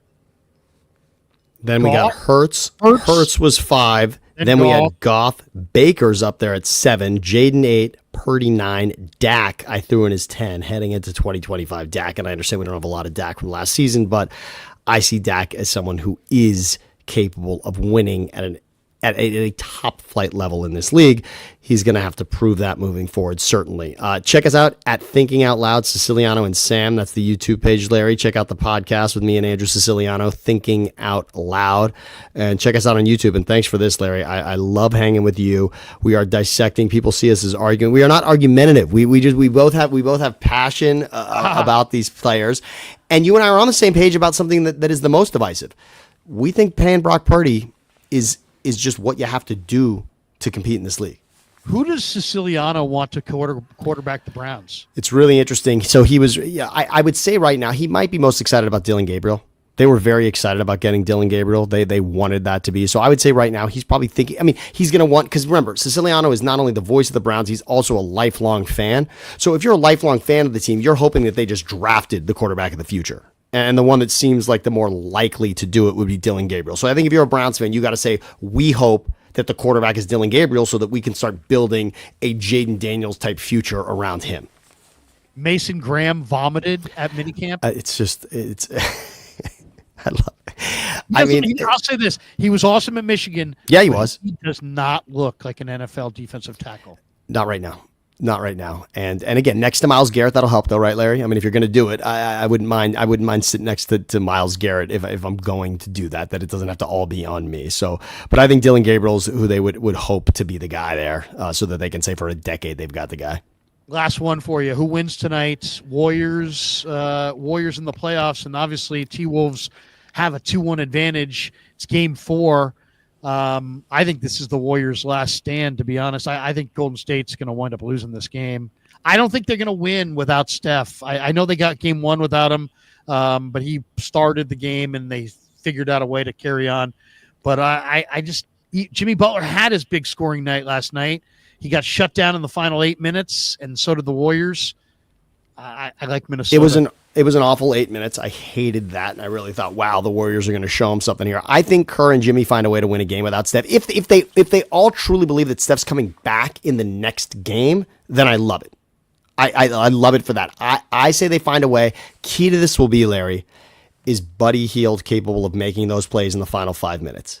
Buddy Hield was the X factor, and we didn't mention one other guy. Well, here's the other thing. Draymond Green. Can we make this public service announcement? Draymond Green, you are the leader of this team. Leader. You're not going to be, I don't need you leading in the box score, but he has to stay cool. He cannot foul out. He cannot get thrown out of this game.